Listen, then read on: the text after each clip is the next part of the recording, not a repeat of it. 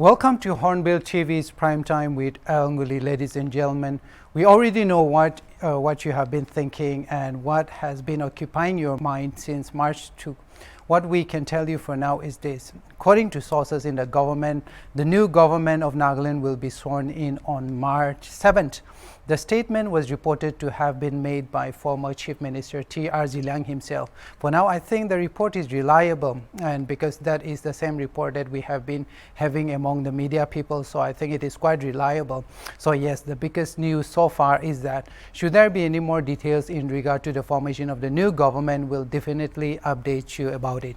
Second, you are probably waiting for a phenomenon that is regularly associated with coalition politics, horse trading, of course, and the inside conversations that are not just running the bush. So yes, there might not be any kind of horse trading for now, but politics is a game of ambition only because the equation of power is a central element to achieving success. There is no doubt that there will be, or most probably there are actually a lot of representatives who might have some unlikely ambitions. The NDPP-BJP alliance is sitting squarely with 37 seats out of 60 seats in the assembly. In terms of majority politics, that's not even a comfortable number if you ask me.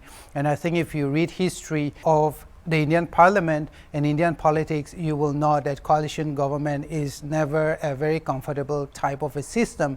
So when you have small parties coming up to form the government, or when you have only two major parties forming the government, that it means that there's a lot more of the pie to be shared. So this is the problem. If there were no smaller parties that did not secure 21 seats as it was done in Nagaland, the NDPP-BJP coalition would have been extremely comfortable with even 37 seats to form the government. That means either of the NDPP and the BJP could cobble together a coalition government on its own.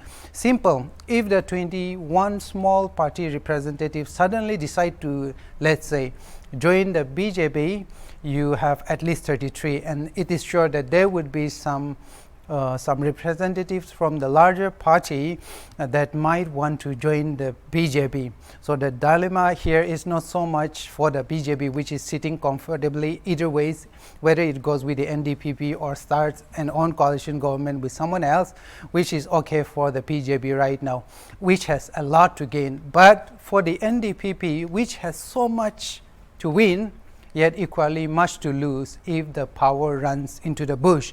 So right now we don't know much about what is going on. All we know is that reports are coming in saying that the government of Nagaland will be formed on March 7. Now everyone is thinking, I think the NDPP and the BJP alliance is intact. But if you go into the conversations deeper, I think there are a lot of representatives from the smaller parties that are actually trying to form some kind of a platform on their own as kingmakers, because that's who they are right now.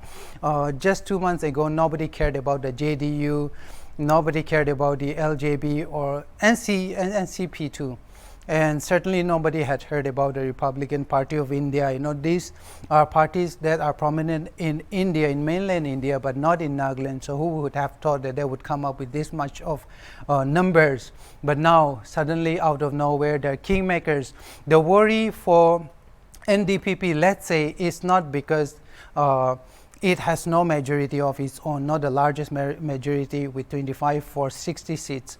What it has to worry about is the number of small parties and their MLAs. The JDU has 1, the LJB has 2, the NCP has 7, and RPI has 2 MLAs now. These are the kingmakers. So anyhow, we'll be updating you more if there should be anything coming in from the government and even from the candidates themselves, if they decide to come up with something interesting for all of us to broadcast. So let's check out the top stories for Friday, ladies and gentlemen.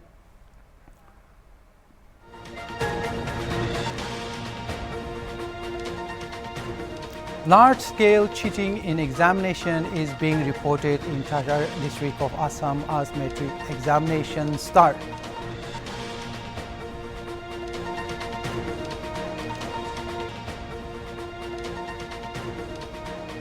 The Nagaland CEO has informed that post-mortem has been done on the Noklak incident and report is being awaited.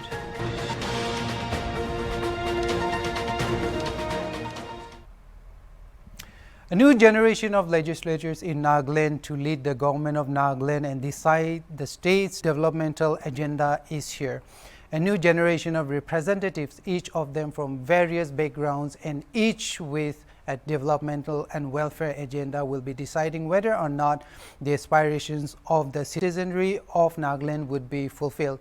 And let me remind you, if the next 5 years will be miserable or as fulfilling as the promises they gave during the course of their campaigns, then I think the blame will be on you or me. Either ways, it goes either ways. There are a lot of new faces this time, including of course 2 female representatives who have created history for Nagaland Legislative Assembly and the state, and not forgetting the larger democratic discourse of the state in the light of women's empowerment. So let's check out these new representatives who will be the face of the new government of Nagaland. There are 11 representatives from the Nationalist Democratic Progressive Party who are new, 4 from the Nationalist Congress Party, 3 from the Bharatiya Janata Party, 2 each from the National People's Party and the Republican Party of India, 1 each from the Naga People's Front, Lok Jan Shakti Party, and JT United, and 4 fresh independent representatives. The new NDPP legislators are Hekani Jakalu, Salhautuno Kruse. Before that, I apologize to our viewers if I mess up the pronunciations here. I'm just working on it right now in regard to the Naga names here. So we have Hekani Jakalu, Salhautuno Kruse, and New Sitho Nute, Kekre Hule Yome, Gidusho Kamo, Tien Manen Ikuto, Temjen Menba, Imkong Mer, Kyus Miu Yumchunger, and W. Ching Kang Konyak. The new BJP legislators in the assembly are A. Pangchung Jamir, Pashang Mongba Chang, and Setrong Kyu. The new NCB legislators are Toi Ho Yepto, Y. Mhombimo Homchoi, A. Pongshi Pom, and Y. Mangkao Kunyak. The new NPP legislators are Dr. Tsil Ho To, Rutso, and Bini M. Lamtiu. The new RPI A elected members are Y. Lima Onen Chang and Im T. Choba. The new face from the NPF is Achumbemo Kikon, while from the LJB-RV is Sukato Sema. The JDU has a fresh face in the person of Winga Sep. The independent representatives are Kevi Poti Sofe, Si Manpon Konyak, B. Bangtik Pom, and Nisuto Miro. These fresh new representatives are from a generation that experienced both the victories and failures of successive governments from 1997 and before that too. The year the government of India and the NSN-IM signed the ceasefire agreement was in 1997. It is now considered the starting point of a new developmental discourse in the history of Nagaland after decades of political instability and insurgent violence in Nagaland. I'm sure that that most of these faces in the Nagaland Legislative Assembly realize that they have a big work cut out for them. They themselves have seen the violence, lack of development, and fear of the pre-ceasefire days. Likewise, they have also seen the knee-jerk developmental agendas post-ceasefire. They will have to reconcile 2 things. 1, the cynicism of the population that no longer trusts altruist developmental promises, and 2, the aspiration of a more conscious, well-read urban communities that can differentiate incompetence and rhetoric from competence and measurable welfare activism. Let's wish them the best, but let's also keep our fingers crossed.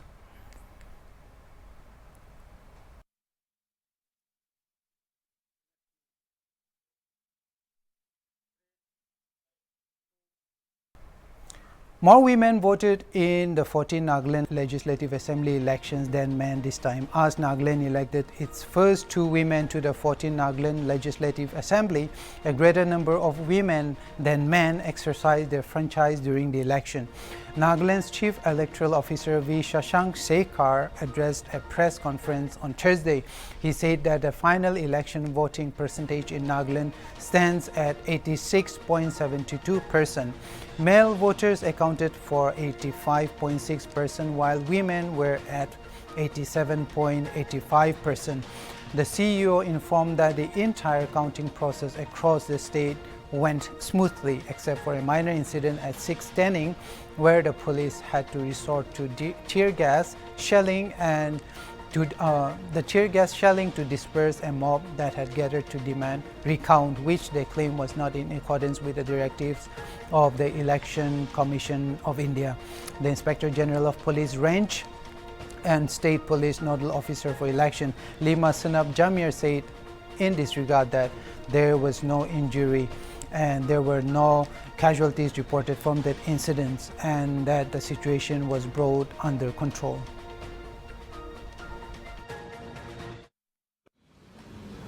Our final election voting percentage 86.72. Men 85.6 and women 87.85. So 86.72 the final voting percentage. These are the broad figures, and as I said, overall counting has gone off well. Only one small incident in 6 where there was a slight law and order issue, nothing serious. Police had to resort to tear gas shelling, and then after that the mob dispersed and everything was all right. So in that sense, this final stage of counting of this entire election process has also gone off smoothly.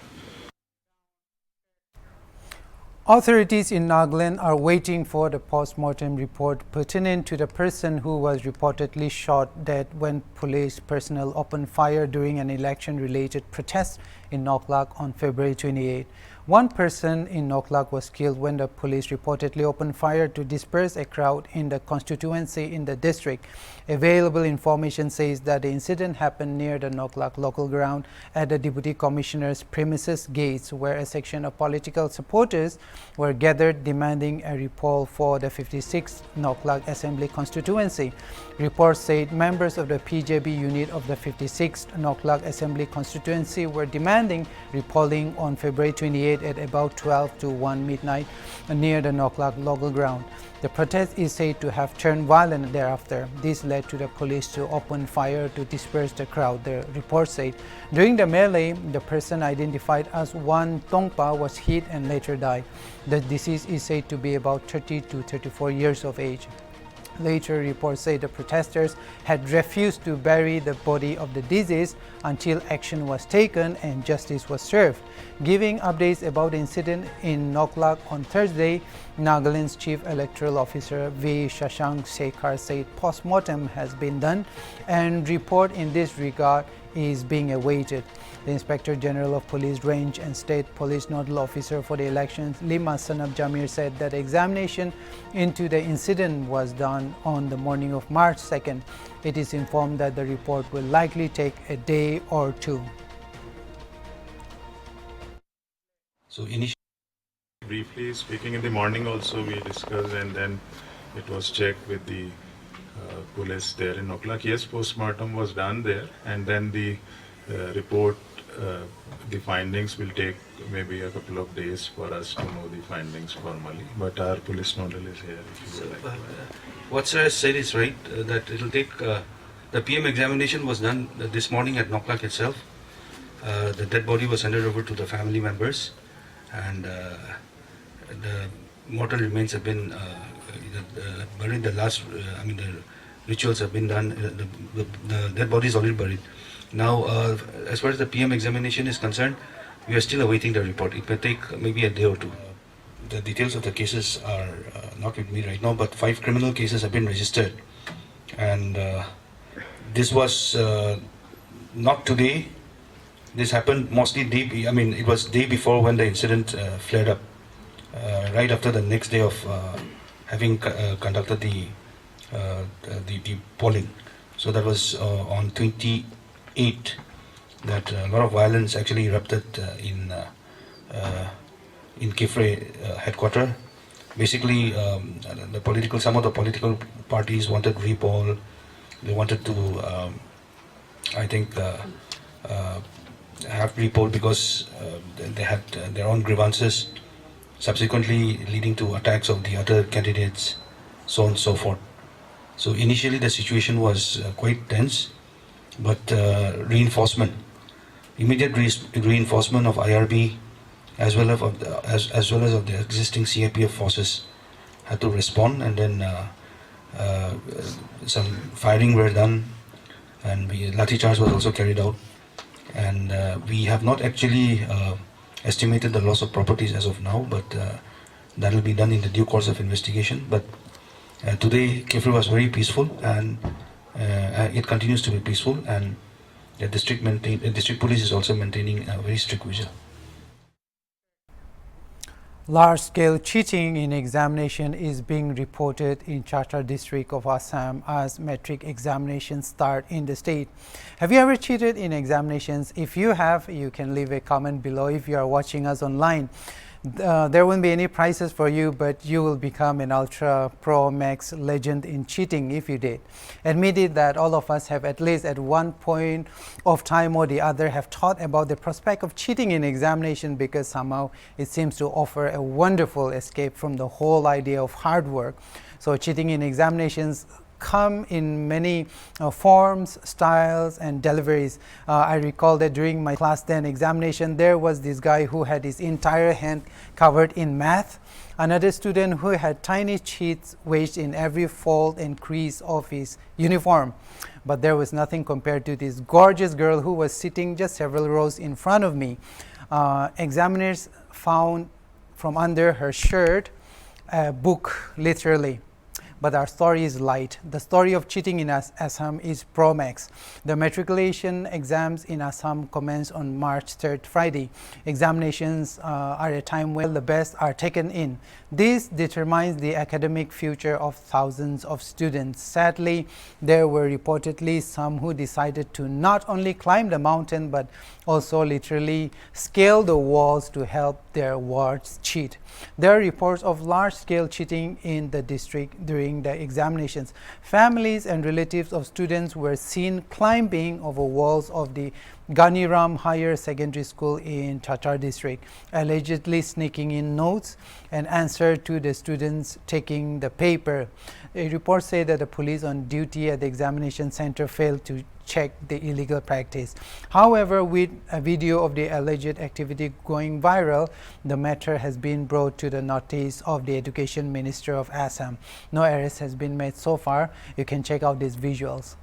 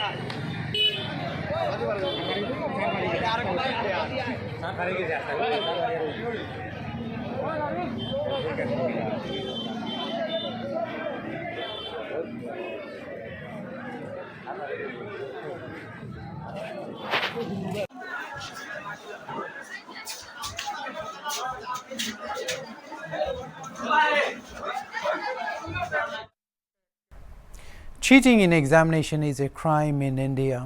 The school board in concern may disqualify a person from the examination for that year. They may also be barred from any academic examination for any period for up to a period of 5 years. In fact, if the offense is serious, a person may be permanently barred from taking any examination of the board in concern. Generally, cases of misconduct are reported to the police. If they are serious, we can be thankful that cheating in examination is not something society tolerated, and they still won't tolerate it. Earlier this year in January, the UP State Board of High School and Intermediate Education reportedly sought to impose the National Security Act 1980 on students who were caught cheating in the state's board examination.